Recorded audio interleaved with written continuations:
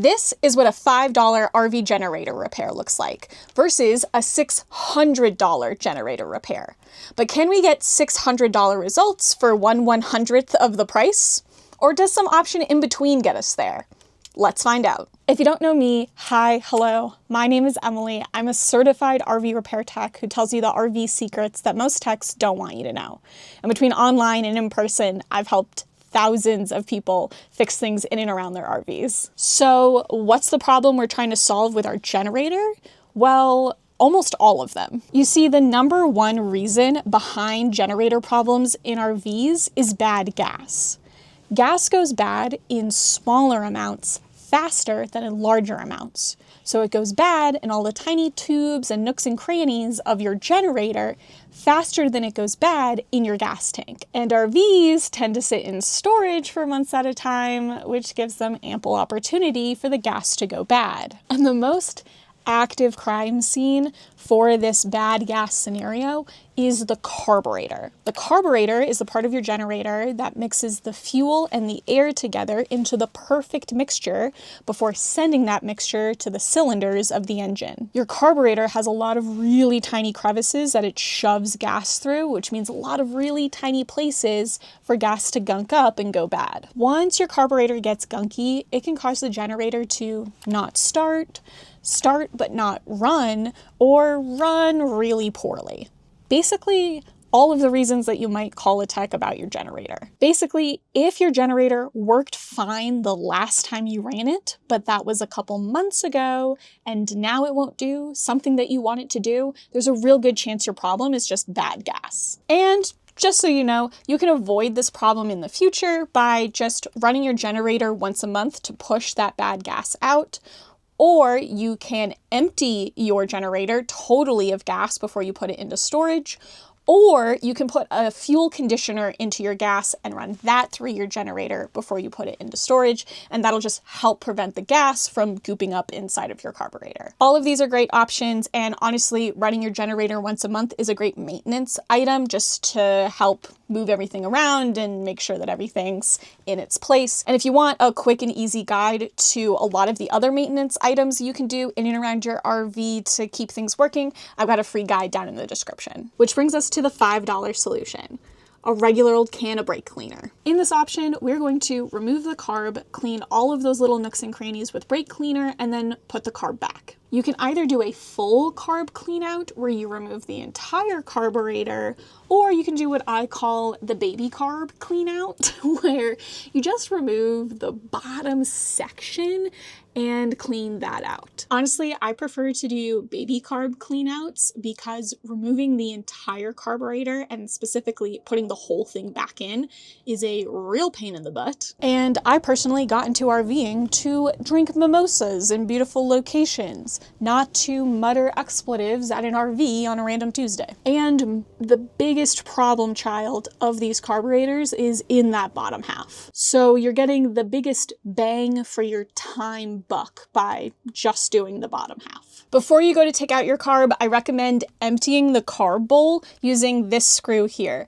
You just unscrew it a couple turns and gas should start pouring out. I'd probably have a rag or a paper towel on hand in order to catch the gas, just so you don't make a mess. To remove just the bottom half, use some long needle nose pliers to remove a spade connector that's hiding behind the carburetor. Then unscrew the ground connection using a torque bit. Then slide your 3/4 inch wrench up along the wires until you get to this nut at the bottom of the carburetor. Slowly turn that nut about a quarter turn at a time, and eventually you'll be able to just remove the wrench and unscrew the rest of it by hand. You should now have the whole bottom of the carb out. Once you have the bottom of your carb off, it's going to split into the bowl and then this piece here. You're going to want to unscrew this piece just using 2 wrenches. This is an 11/16 and a 3/4. And it should just very easily unscrew. Don't lose this red washer, and don't lose this silver washer that's in between the two. But you should get this brass piece and then this plungery silver piece. Now, if you've never done a carb clean out before, the biggest thing is you just want to be able to see through these holes. I mean, just look at all of the sludge that was on mine. Carefully spray that whole thing over with brake cleaner until he looks shiny and new, and you can even take a small wire or a thin paper clip and very carefully poke all the way through from one side to the other, so that way you're getting all that sludge out of those holes. For the other half of this part down here, you just want to make sure that this part is nice and springy and can move back and forth. If you can't, spray brake cleaner all in there until everything moves nice and smooth. While you're there, you could also spray into this bowl to get her nice and clean. And if you look down in here, there's a little itty bitty hole that gas goes through, and you can also spray that guy with brake cleaner if you were so inclined. Basically, for this whole thing, if you see sludge, spray sludge. That's my motto. Clean that whole bad boy out until she looks nice and shiny and new. Ooh, ah. And then you can just put the whole thing back together the way that you took it out, and hopefully when you go to run your generator again, you get a result like this.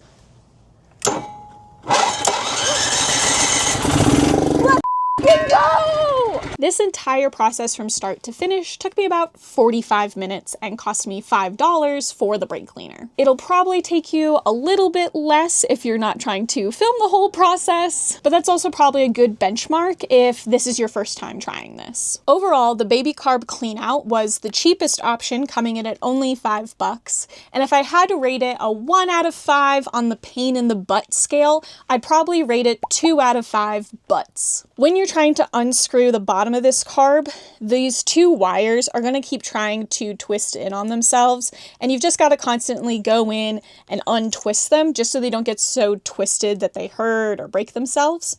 And then getting this spade connector reattached after you're done with the project is definitely earning it an extra peach, if you will. Definitely part of the project for someone with small hands. But the fact that it was relatively fast kept those pain in the butt elements from feeling too overwhelming. So 2 out of 5 butts feels like a fair rating. But what if the idea of trying to pull out your carburetor feels really overwhelming? Or you're worried you're gonna break something? Or you tried that carb clean out and the generator now starts, but it's not running very well. That's where we move on to the $20 fix. For our middle of the road option, we're going to need a can of seafoam, which is a type of cleaner. You can get it at AutoZone, and a can right now costs about $9. You also need some gas. I got a gallon, which cost me around $4, just rounding wise. And you'll need a length of fuel line. I got 2 feet, which cost me around $8. At least at the AutoZone near me, fuel line is kept behind the counter and it is cut to length. So you literally just need to go up to the counter, ask for some fuel line, and someone behind the counter should be able to help you. If you're new to AutoZone, most of the things are behind the counter. So if you're ever unsure, just go to the counter. They're very helpful there. I don't know why that took me like several times before I was like, oh, the counter is where everyone just goes. Fuel line does come in a variety of diameters, so I do recommend crawling under your generator and seeing what size you need before you go to AutoZone. With your new materials in tow, crawl under your generator and disconnect the fuel line going into the generator. I know this sounds scary. It's not at all.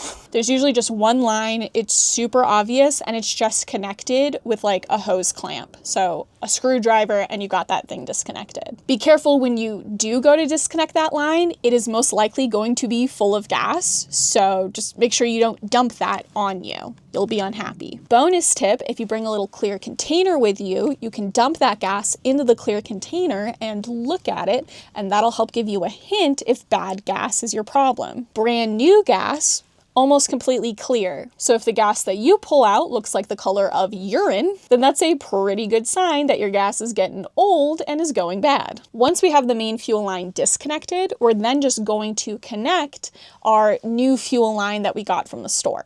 Now in a container, mix 2 parts gas to 1 part seafoam. These measurements do not have to be precise, okay? And pop the other end of the new hose that you connected into that container. Now, here's where things will start to diverge depending on what the problem is with your specific generator. If your generator won't start, then you're gonna go ahead and pull your spark plugs. For my Onan 4000 microlight, the spark plug was just hiding in the lower right-hand corner. You just pop off this cover and then the spark plug just unscrewed with a socket. Then try to start your generator a couple of times off of that seafoam and gas mixture. You want to keep doing this until you start getting gas puffing out of the hole that the spark plug was in. This just tells us that gas has made it all the way into and out of the carburetor. Then just wait 1 to 3 days for that seafoam to really work its magic and clean out all those nooks and crannies. After that 1 to 3 days, if you can get your generator to start, I would then do the process that I'm about to explain for if your generator starts but doesn't run well. If the gas never makes it to the spark plug hole, then unfortunately your carburetor is so gunked up that this $20 hack isn't going to work for you. You either need to go back and do the carb clean out that we talked about in the $5 solution, or you need to try out one of the more expensive solutions that we'll talk about in just a bit. For all of my people that can get their generators to start, but they're just not running really well, go ahead and run your generator off of this seafoam and gas mixture for about 15 minutes. Then turn the generator off and just let it hang out and soak for about 5 to 15 minutes. Go pour yourself a mimosa. After you've had your mimosa, come back, run the generator for another 5 minutes off of that seafoam and gas mixture, and then you should be good to go. You can disconnect our added fuel line, reconnect the old one, and hopefully your generator should now be running like a top. Overall, this seafoam hack is our middle of the road price point. It's definitely more than the $5 that just a can of brake cleaner is going to cost you, but at $20, we're still not really breaking the bank. And if I had to rate this on the 1 out of 5 pain in the butt scale, I'd really only give it 1 out of 5 peaches. I guess crawling under the RV is a little inconvenient, but when I look at the grand scheme of how much of a pain in the butt a lot of things in RVs are, crawling under an RV, not really all that difficult. I guess the only real downside to this hack is that it may not solve your problem if your generator is so gunky that the seafoam mixture can't even make it into the carburetor, which was the case for me. My carburetor was so gunked up, as you could see in the footage of me doing the baby carb clean out, that I had to give up on the seafoam hack and then go do the baby carb clean out, which means I guess I paid about $20 to have something not quite solve the problem. But like I said, once I did get my generator up and running, I was then able to run the seafoam through the whole system to get it cleaned out. And if you are trying the procedure that we talked about to clean out a carburetor, you do need to wait a couple days. So if you need your generator working today, this maybe isn't the hack for you. But overall, given how easy this was and still relatively inexpensive, I give this hack a thumbs up. But what if this seafoam hack didn't work for you, or you're just sick and tired of trying to do all these hacks and you just want your dang generator to work already? You could just say screw it and replace the whole carburetor. And even at our most expensive price point, there's definitely a range to the price of this option. If I would replace the carb on my Onan Microlight 4000 with an Onan OEM carburetor, it would cost me almost $600, and that's before we even add on shipping. But I was able to find a replacement carb for my generator on Amazon for $40, and it shipped to me for free. Is it made as well as the Onan carburetor? Most likely not, but when I put it in, it worked. And for less than 1/6 of the cost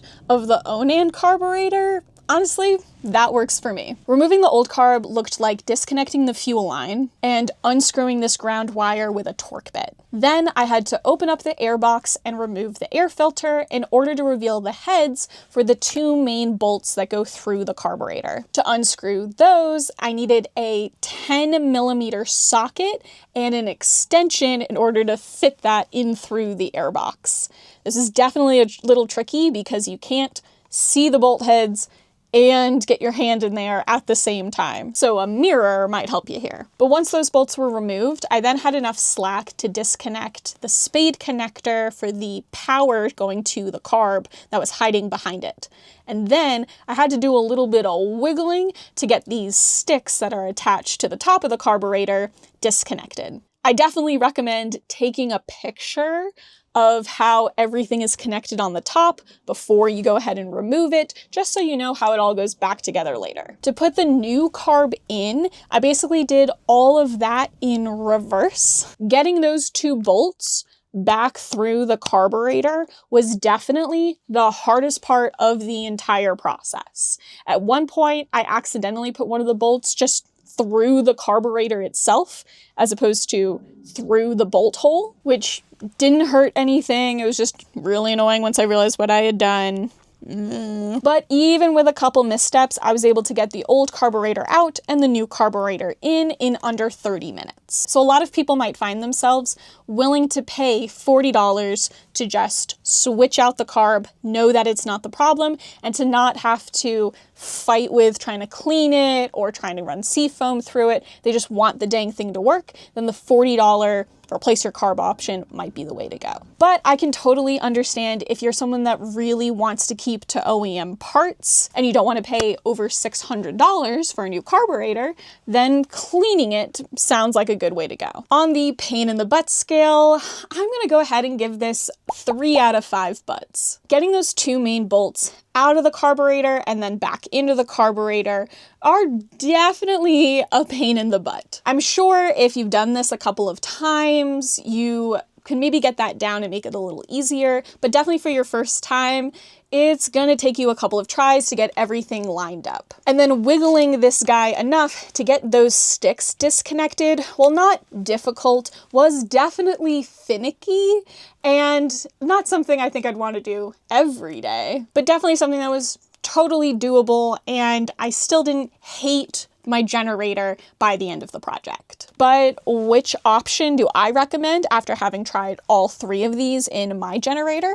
Well, honestly, for most people, I'd probably recommend starting with the seafoam hack and seeing if that gets your generator to work. It's pretty quick and easy to do, and even if it doesn't completely solve your problem, giving your generator a good clean out is a great maintenance thing to do anyway. So you're already crossing something off of your supposed to-do list if you try this hack out. If that doesn't work for you, then I would probably look into either doing the $5 brake cleaner clean out or replacing the carburetor. But all of this work is meaningless if you go and let the gas go bad in your generator again. But if you would like to learn quick and easy maintenance projects that take less than 30 minutes each around your RV that can prevent you from having to do work like this, check out this video. It could save you so much time and money. In the meantime, this has been RV Repair Woman. You got this.